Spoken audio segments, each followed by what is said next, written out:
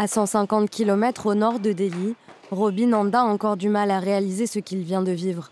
Le jeune homme de 26 ans a retrouvé ses parents il y a seulement quelques mois. Les espoirs et les rêves que j'avais ne se sont pas réalisés. Ils nous ont directement mis dans un avion pour retourner en Inde.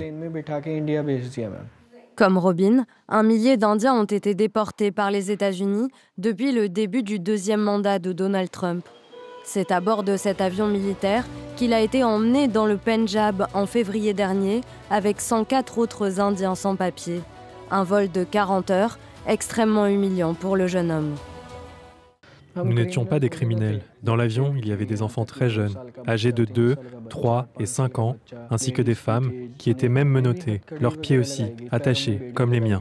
Depuis quelques années, de plus en plus d'Indiens risquent tout pour rejoindre illégalement des pays comme les États-Unis, le Canada ou le Royaume-Uni, poussés par le manque d'emploi en Inde. Ils empruntent ce que l'on appelle en anglais des donkey routes, de longs et périlleux chemins pour contourner les contrôles frontaliers. Robin se dit traumatisé par ce voyage.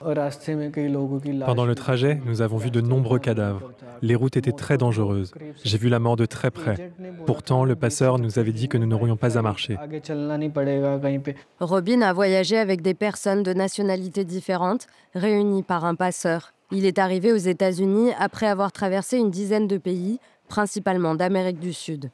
Au Mexique, nous avons été retenus en otage par les narcos à 3 endroits différents car notre passeur n'avait pas payé de commission. Ils nous ont torturés pendant tout le trajet. L'expédition qui devait durer 3 semaines s'est transformée en un cauchemar de 7 mois.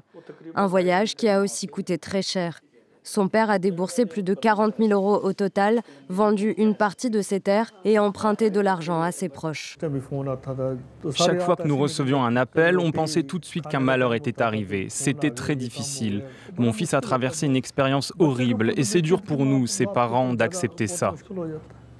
Chaque année, des milliers d'Indiens empruntent les donkey routes, des voyages organisés par un réseau de passeurs répartis à travers le monde. Nous avons rencontré l'un d'eux qui opère en Inde. Il souhaite rester anonyme. J'exerce ce métier depuis une vingtaine d'années. J'ai envoyé près de 2000 personnes sur les routes migratoires. Il affirme qu'une cinquantaine de candidats au départ le contactent chaque mois. Vous savez que c'est illégal. Pourquoi vous continuez à le faire ? Oui, vous avez raison, mais c'est mon métier. Les clients savent aussi que c'est dangereux et illégal. Mais ils choisissent quand même cette voie. Il nous explique que depuis le retour de Donald Trump au pouvoir, migrer illégalement aux États-Unis est devenu très difficile. Il a donc dû trouver de nouveaux itinéraires. Il fait désormais passer ses clients par un pays où les visas sont plus faciles à obtenir pour créer un historique de voyage plus crédible et déjouer les contrôles aux frontières. Ils passent d'abord par Dubaï et ensuite nous les envoyons en Angleterre, en Amérique ou au Canada. Pour les États-Unis, par exemple, on les fait passer par Madagascar, puis au Brésil et enfin au Mexique. Sur le chemin, nos contacts leur fournissent de faux documents et un visa. Il affirme n'avoir jamais été interpellé. En 2022, la lutte contre les passeurs est devenue une priorité pour le gouvernement indien, après qu'une famille de migrants, avec 2 enfants, a été retrouvée morte de froid à la frontière entre les États-Unis et le Canada. Depuis ce drame, la police est sur le qui-vive, notamment à l'aéroport de la capitale, l'un des principaux points de départ des donkey routes. Usha Rangnani, chef de la police à l'aéroport de New Delhi, surveille de près les mouvements de passagers.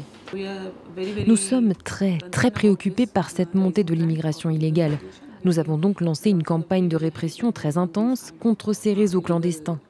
2 usines de grande envergure ont été démantelées, l'une à Surat dans le Gujarat et l'autre dans l'ouest de Delhi, à Tilak Nagar. Des équipements sophistiqués ont été saisis, ainsi qu'un véritable arsenal de faux documents, de tampons et de machines qui fabriquent des contrefaçons. Depuis 2024, son équipe a arrêté plus de 200 passeurs à travers l'Inde. Notre stratégie a évolué. Au lieu de nous concentrer uniquement sur les passagers, qui sont souvent les victimes de ces réseaux, nous tentons de démanteler toutes les filières et de poursuivre les passeurs. Malgré les arrestations, un nombre croissant d'Indiens aspirent toujours à emprunter les donkey routes. C'est le cas de cet homme qui souhaite préserver son anonymat. Je veux surtout offrir une vie meilleure à mon enfant, à ma mère et ma femme. Quand mon enfant commencera l'école, je devrai payer les frais de scolarité. Alors comment pourrais-je acheter de la nourriture et assumer les dépenses du ménage ? 5 de ses amis se sont rendus en Amérique du Nord par les donkey routes. En 2 ans, ils disent avoir gagné de quoi s'offrir une maison et une voiture de luxe. Un rêve inatteignable pour lui, qui travaille en tant que réparateur de téléphone. Je n'ai rien à faire ici. En 2 heures, je n'ai eu aucun client. Il n'y a pas de travail ici. Je n'ai aucun espoir dans mon pays. Pour moi, la croissance économique, c'est quand les choses dont j'ai besoin deviennent abordables. Si quelque chose coûte $100 et passe à 80, là oui, l'économie s'améliore. Mais ici, ce qui coûtait 100 coûte maintenant 150. Comment peut-on parler de développement? Il vaut mieux prendre un risque une fois que rester affamé toute sa vie. Les Indiens représentent aujourd'hui la 3e plus grande communauté de migrants clandestins aux États-Unis, avec plus de 750 000 personnes. Un chiffre qui ne devrait cesser d'augmenter tant que le chômage des jeunes, proche des 10%, les poussera à chercher un avenir meilleur.